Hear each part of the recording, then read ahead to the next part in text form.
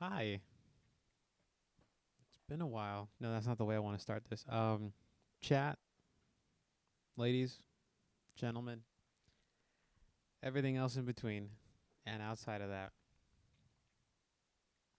I fucked up. I just got done watching my masterpiece of a video called Relationship Advice with the Post-Relationship Asshole. And I finished watching it because I am once again 5 years later post-relationship. And I wanted to go back and see what I did wrong, see what I might have done right, and things I just wanted to talk about. This isn't going to be anything like super peppy or anything like that. I just wanted to come and talk through my problems, through my woes, because I feel like I've taken up enough of people's time with this. And I could tweet out all my feelings, but that would probably get annoying really fast. And the character limit is just not going to be enough, ever. Plus, a lot of my friends follow my Twitter, and significantly less follow me on YouTube. And I want to be able to look back on this later because, for all intents and purposes, it's over and I got to move on. And I want to talk about what I'm feeling for hopefully the last time about this. I thought about how I want to do it. Do I want to talk about everything from the beginning until now? Do I just want to talk about what I'm feeling right now because today has been particularly difficult? And I don't know what to do. But at the very least, I do want to say that after watching the video, there is some stuff I did right. There's still some stuff I did wrong. Still lied about a few things. Wasn't honest completely, especially with myself. I really don't know how I want to do it.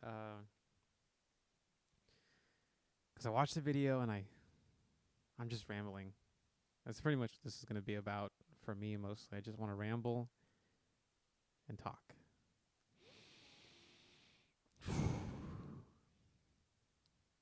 I did not think that the past 3 years were going to go the way that they have.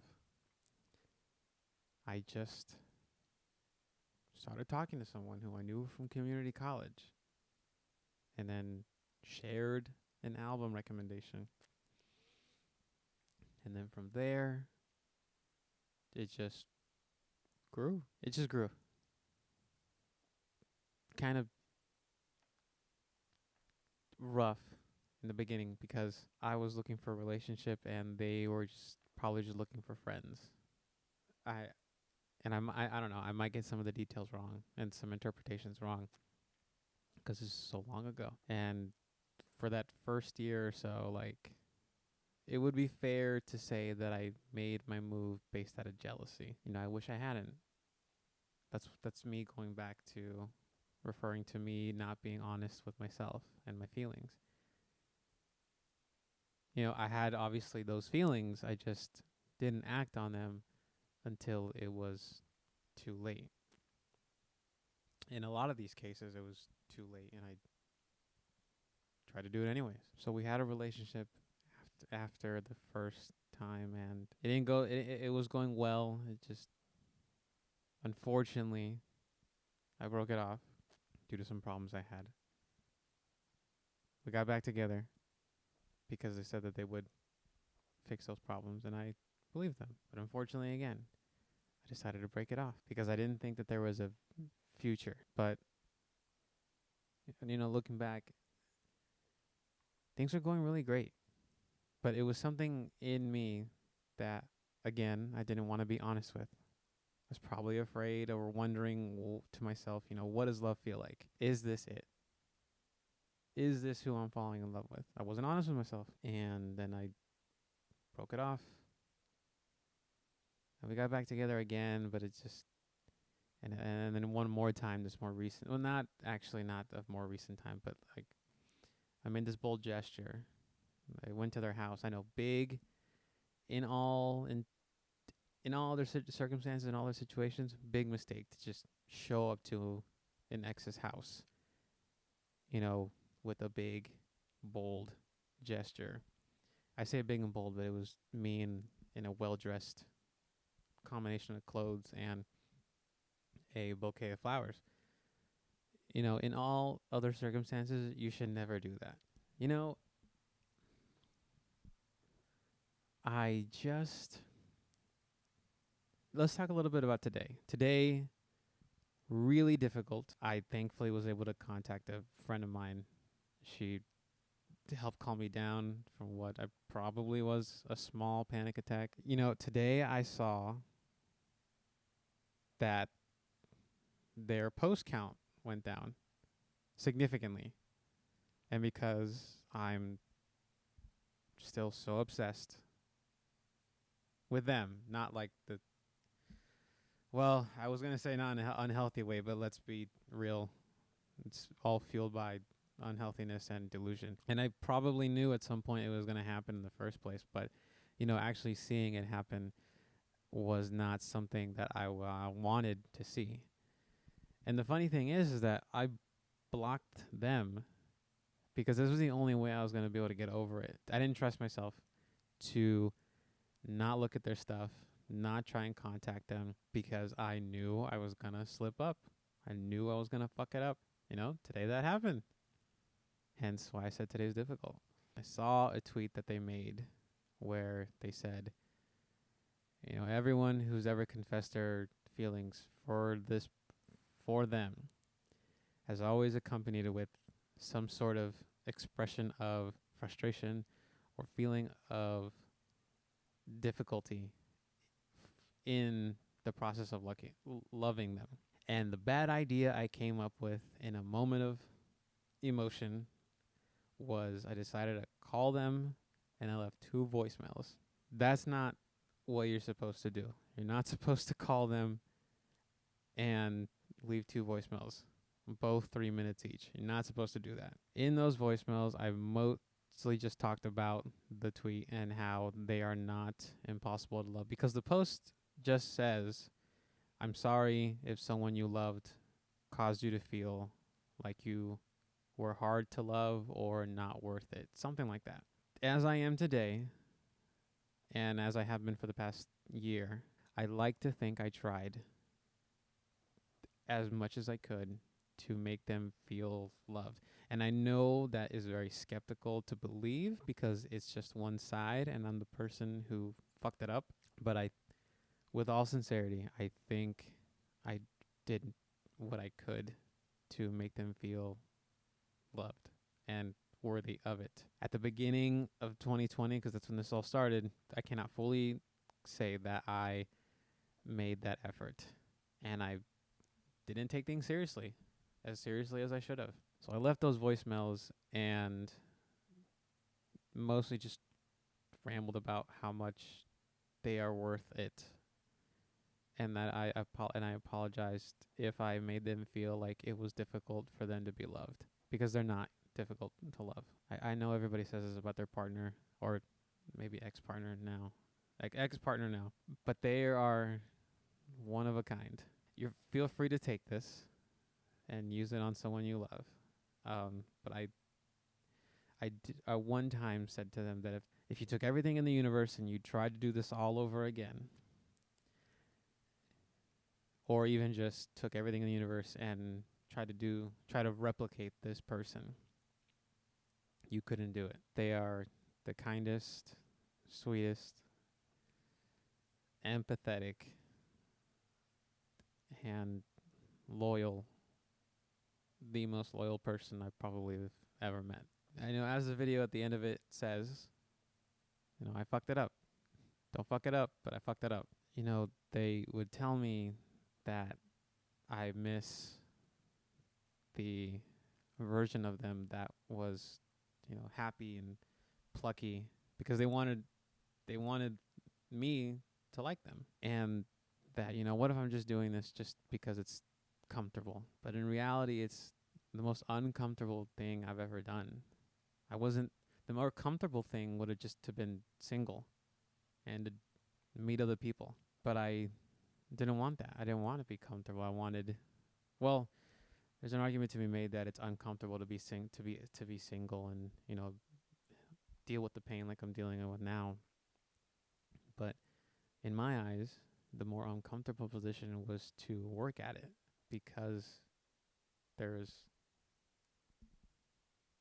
there's something there that I didn't want to lose. It was the most uncomfortable position I've ever put myself in, trying to be super vulnerable with somebody and be patient because they've been patient with me for so long. Like I also said in the video, people put up with things for you because they like you. They want to see you get better. And I didn't recognize that, unfortunately. Talking about the future with them, it feels comfortable when we would talk about the future. It felt comfortable.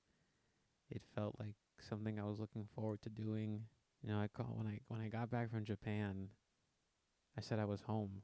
I said I was home because I was in their arms. I was location-wise, I was home, but in their presence, with them around me, in their arms, that's where I felt the most welcomed. And for some reason, not for some reason, actually, for pure stupidity and arrogance, I took it for granted and I didn't cherish it. And I just wish things were different. I wanted the future to include them. And they'll say that, it's all their fault. They told me that. They told me that they deserve somebody who is sure of their feelings and it doesn't take them forever to come to that realization. And you know what the sucky part is that we were the not the sucky part, but like something that just like added a layer of guilt on top of that. There's a show called Andy Mack from the Disney Channel. Surprisingly good. They showed it to me. Got hooked instantly after like 6 episodes. But anyways, there's something that the dad character for Andy says to her when she asks, like about boys, about this boyfriend that she has. And the dad says that boys take a while to appreciate the things that they have. It felt like I got slapped because I never thought to myself that a Disney Channel show about middle school children would have held up a mirror right up to my face like that. It was horrible. Horrible, horrible feeling. I'm not going to be feeling like this forever. And that's a comforting thought. It's what helped me get through my first breakup, and it sucks to be here again, especially after I made those videos about what to do and what to work on. That's what this is for. It's supposed to be a cautionary tale for me in the future, but I didn't take it seriously. And I know in that one I gave some advice, but like the advice still stands.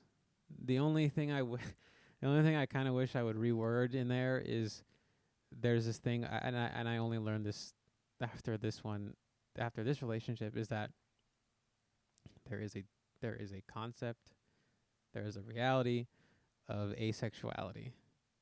Did not mean that to rhyme, but I said in there that one of the good things about being in a relationship is you get to touch each other, and that you should shake off the feeling of nervousness. But that's not very sensitive to like first time experiences with physical intimacy, and everybody has a different relationship with physical intimacy. And that's the one thing I wish I could change in there. Like I wish I knew back then, but I know it now.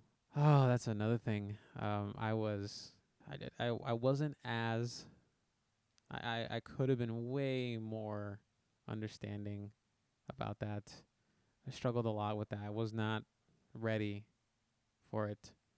And that's not their problem, that's my problem. I learned the lesson that I think I needed to learn.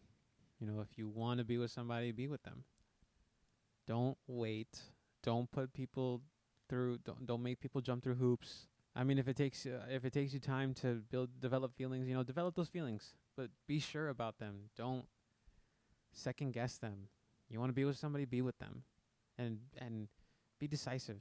But I would like to end this with by saying they are again they are the most beautiful person inside and out. Regardless if you ask them how they feel about themselves, that they're difficult, moody, or whatever. They're just like that. Um, they are they are the most beautiful person I've met inside and out. And even if everybody has times when they're not feeling themselves or just feeling as happy, and maybe to some extent I'm misrepresenting them because I'm thinking about them from the past and not so much how they are today. But I still see the same person. Yes, they've changed, but they still hold all those things in their value, in their values, their core values. Even if the outward look on it has changed. They always made the joke that everybody's in love with them. But, as time went on, I get it. I was talking about this with my friend Aya, that I just wish I'd shut up because I knew I had a goal in mind and I couldn't let the speed bump derail the bigger picture. On the off chance that they watch this. This is my first time experience with love. And I'm glad it was them because, or I should be saying you, because I'm saying as if you watched this. I'm glad it was you. It meant every single word that I ever said to you that was loving. And there's no way I'd ever forget them. There's no way. I don't, people say you don't forget your first. I'm never going to forget it. Again, I know things will get better. Fuck, this is going for way too long. Okay, Greg, when you watch this later, hopefully much later than like a week or so, be careful the next time you hop into a relationship. If you doubt something, be sure about it. Don't put people's emotions, don't play games with people's emotions. Because, like trust, when you lose it, it can be hard, almost impossible, to get it back to the way it was. Be loving, be happy, and take care of them with as much love and patience as you possibly can give, because you don't want to be here again. You really don't. Okay, maybe I'll catch you in the next one, because these two videos are this one and the Lego video, you know, mostly fueled by sadness and needing to air out my emotions. But we'll see. So take care.